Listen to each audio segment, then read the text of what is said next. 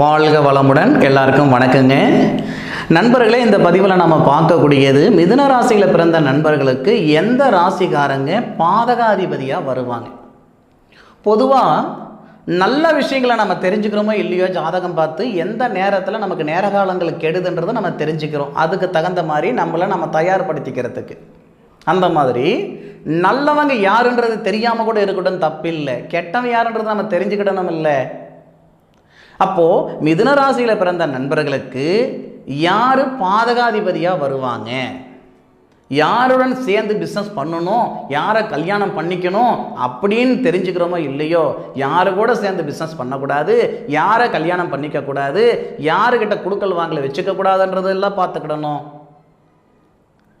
இன்றைக்கி இருக்கிற காலகட்டத்தில் யாரையும் கெடுக்கிற இடத்துல யாரும் இல்லை. அவங்க வேலையை பார்த்துட்டு போகிறதுக்கே அவங்களுக்கு நேரம் சரியாக இருக்குது.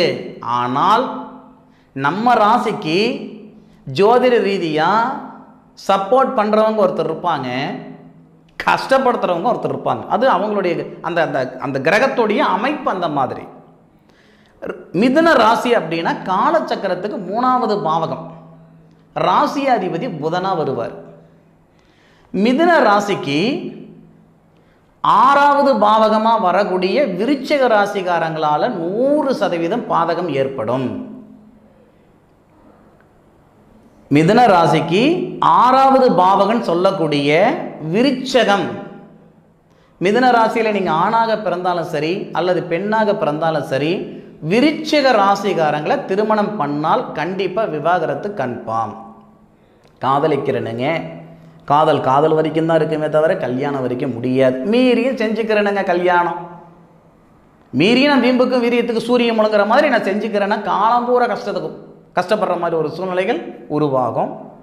ஒரு சிலர் என்ன பண்ணுவாங்க, ஒரு குறிப்பிட்ட காலம் வரைக்கும் இருந்துட்டு ஒன்று நீங்கள் சந்தோஷமாக இருக்கணும்னு நான் சந்தோஷமாக இருக்கணும், 2 பேரும் கஷ்டப்பட வேண்டாமேன்ட்டு விவாகரத்து சூழ்நிலைக்கு ஏற்படும். இது மன வாழ்க்கைக்கு மட்டும் சொல்லலைங்க, குடுக்கல் வாங்கல் வச்சுக்கிட்டாலும் சிக்கல் வரும். அல்லது அவங்கள நம்பி ஏதாவது ஒரு விஷயத்தில் இறங்கணும்னா ஏண்டா இறங்கணும், எதுக்குடா இறங்கணுன்ற அளவுக்கு ஆகிடும். விருச்சிக ராசி நண்பர்களை நான் குறை சொல்லலை. நம்ம ராசிக்கு அந்த கிரகம் பாதகாதிபதி, அந்த விருச்சிக ராசி அதிபதி செவ்வாய் வராரு இல்லைங்களா, 6வது பாவகத்தில் இருக்கக்கூடிய கிரகம் பாதகாதிபதி. அவங்க ஊருக்கே உலகத்துக்கே நல்லவங்களாக இருந்தாலும் அவங்க நமக்கு சங்கடப்படுத்தணுன்ற நோக்கத்தில் அவங்க இல்லை. நம்ம கிரகம் நல்லவங்களை கெட்டவங்களாக்கிடும்.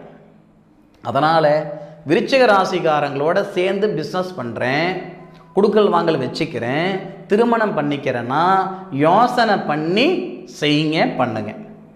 அதன் பிறகு இதே மிதுன ராசியில் பிறந்த நண்பர்களுக்கு மகர ராசிக்காரங்களாலேயும் சங்கடங்கள் வரும். நிச்சயமாக 100% மகர ராசிக்காரங்களால் வம்பு வழக்கு, போகாத இடத்துக்கு போனேன், செய்யாத தப்பு செஞ்சேன். ஏன் வழக்குனா கோர்ட்டு கச்சேரி போலீஸ் ஸ்டேஷன் வரைக்கும் சங்கடங்கள் கொடுத்துரும். தயவு செய்து இந்த மகர ராசி நண்பர்களை தாழ்மையாக சொல்லிக்கிறேன், உங்களை நான் சங்கடப்படுத்தலை. ஊசி இடம் கொடுத்தாதான் நூல் உள்ளே போகுன்னு சொல்லுவாங்க. அந்த மாதிரி மிதுன ராசியில் ஒரு நபர் பிறக்கிறாருன்னா அந்த மிதுன ராசி நண்பர்களுக்கு எந்த வகையிலையும் அதாவது மகர ராசியில் பிறந்தவங்க நல்லது பண்ண முடியாது. நாம் அவங்களுக்கு சங்கடம் பண்ணணும்னு கங்கணம் கட்டிட்டு நிற்கல.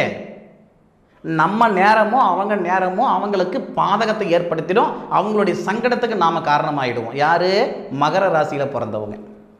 அப்போது மிதுன ராசிகளை பிறந்த நண்பர்கள் மகர ராசிக்காரங்களை திருமணம் பண்ணுறதோ அல்லது அவங்களோட சேர்ந்து பிஸ்னஸ் பண்ணுறதோ குடுக்கல் வாங்கல் வச்சுக்கிறதோ எல்லாமே கொஞ்சம் சூதானமாக இருந்துக்கிட்டிங்கன்னா மன நிம்மதியை கொடுக்கும், மன அழுத்தத்துக்குள்ளே போக மாட்டீங்க.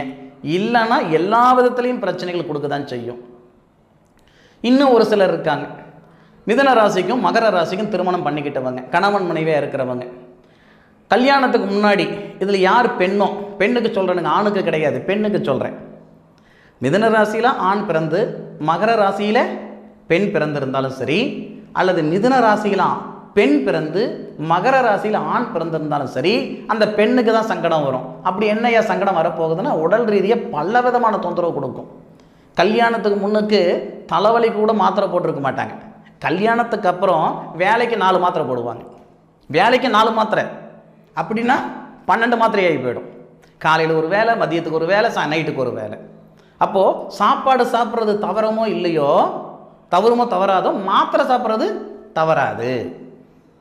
அப்போது இது என்ன பண்ணும், இந்த ஜோதிட ரீதியாக இந்த கிரக அமைப்புகள் இப்படி தான் செய்யும்.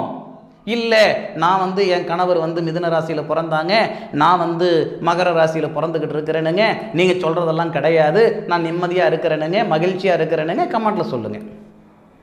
இப்படி இருக்கிறதுக்கான சந்தர்ப்பம் 100% இல்லை. அப்படி இருக்கிறீங்கன்னா பேராசி தான் உங்களுக்கு மகரமாக இருக்குமே தவிர ஜாதக ரீதியாக நீங்கள் வேறு ராசியில் பிறந்திருப்பீங்க. ஏன்னா நம்ம ஆளுங்க இன்றைக்கி எப்படி தெரியுமா ஆகி போச்சிங்க, ஒரு நட்சத்திரம் வருதுன்னா, இப்போ திருவாதிரை நட்சத்திரம்னு வச்சுக்கோங்களேன், கா கி கு கி கா கி கு இந்த எழுத்து ஞா இந்த எழுத்துல தான் பேர் வைக்கணும். இது இந்த பிரபஞ்சம் கொடுக்கக்கூடிய அமைப்பு. நம்ம அப்படியே வைக்கிறோம். குழந்தை பிறக்கிறதுக்கு முன்னுக்கே நம்ம பேர் செலெக்ஷனில் பண்ணி வச்சுருக்கிறோம் இல்லையா? அப்போது பேருக்கும் ஜாதகத்துக்கும் சம்மதம் இருக்கிறது இல்லை. கல்யாணம் பண்ணும்போது என்ன செய்கிறோம், ஜாதகத்தை ஒரு பக்கம் போட்டுவிட்டு பேர் ராசி பார்த்து கல்யாணம் பண்ணிக்கிட்டு கடைசி வரைக்கும் அவங்க ராசி என்னன்னு தெரியாமல் போயிடுது. இந்த மாதிரி கூட ஒரு சில சிக்கல் ஏற்பட்டுடுது. அப்போ மிதுனராசி நண்பர்களுக்கு மகர ராசிக்காரங்களால் கண்டிப்பாக சங்கடம் கொடுக்கும், அதில் மாற்று கருத்து சத்தியமாக கிடையாது. அதன் பிறகு பார்த்தீங்கன்னா மீனராசி. மிதுனராசிக்கு மீனராசி நண்பர்களால் தொழில் ரீதியாக பல பிரச்சனைகள் வரும். பொருளாதார ரீதியாக பிரச்சனைகள் வரும், தொழில் ரீதியாக பிரச்சனை வரும், மன ரீதியாக சங்கடம் வரும். அப்போது அந்த மீனராசி நண்பர்களோடனும் சேர்ந்து ரிலேஷன்ஷிப்போ அல்லது தொழில் தொடங்குறதோ அல்லது விவாகம் செய்துக்கிறதோ இதெல்லாம் தவிர்த்துக்கிறது நல்லது. அதாவதுங்க ஜோதிடம் அப்படின்றது இன்றைக்கி தெருவுக்கு 10 பேர் இருக்காங்க. ஜோதிடம் அப்படின்றது எந்த வகையிலையும் நடக்க போகிற விவரங்களை தெரிஞ்சுக்கிட முடியாது. இந்த ஜோதிடத்தால் தான் ஒரு மனுஷனுக்கு சாதகமான பலன் வருதா பாதகமான பலன் வருதா அப்படின்ற விவரம் தெரிஞ்சுக்க முடியும். என்னதான் இன்றைக்கி விஞ்ஞானம் ஆராய்ச்சி பெரிய லெவலில் வளர்ந்திருந்தாலும் ஒரு தனிப்பட்ட மனிதனுடைய வரலாறை தெரிஞ்சுக்கிடணும் அப்படின்னா, வரலாறுனா நடக்க போகிற விஷயத்தை, சரியா முடிஞ்சு போன விஷயத்தை தான் நம்ம வரலாறுன்னு சொல்லுவோம். இல்லை, நடக்க போகிற எதிர்காலத்தை தெரிஞ்சுக்கிடணும்னா நிச்சயம் நம்ம ஜாதக ரீதியாக தான் முடியும். அது தவிர்த்து இது வரைக்கும் வேறு எந்த வகையிலையும் தெரிஞ்சுக்கிற அளவுக்கு விஞ்ஞானம் உயரலை. சரியா, உயராத அந்த ஆராய்ச்சி நமக்கு வேண்டாம். இதன் மூலியமாக தான் தெரிஞ்சுக்கிட முடியும். அப்போது மிதுன ராசியில் பிறந்த நண்பர்களுக்கு நான் முதல்ல சொன்ன மாதிரி விருச்சகம், மகரம், மீனம் இந்த 3 ராசிக்காரங்களால் வாழ்க்கையில் ஒரு முறையாவது ஒரு பெரிய அடி வாங்கியிருப்பீங்க. அடினா இந்த அடி கிடையாது, சரியா, அது மன ரீதியாக வாங்கக்கூடிய ஒரு அடி, பொருள் ரீதியாக வாங்கக்கூடிய ஒரு அடி, சரியா. இந்த மாதிரி ஒரு சங்கடங்கள் சொல்கிறேன். நிச்சயம் மிதுனராசி நண்பர்களுக்கு இந்த பதிவு ஒரு பயனுள்ள ஒரு பதிவாக இருக்கும் அப்படின்னு நான் நம்புகிறேனுங்க. இந்த பதிவு பற்றி உண்டான கருத்துக்களை கமெண்ட் பாக்ஸில் பதிவு பண்ணுங்கள்.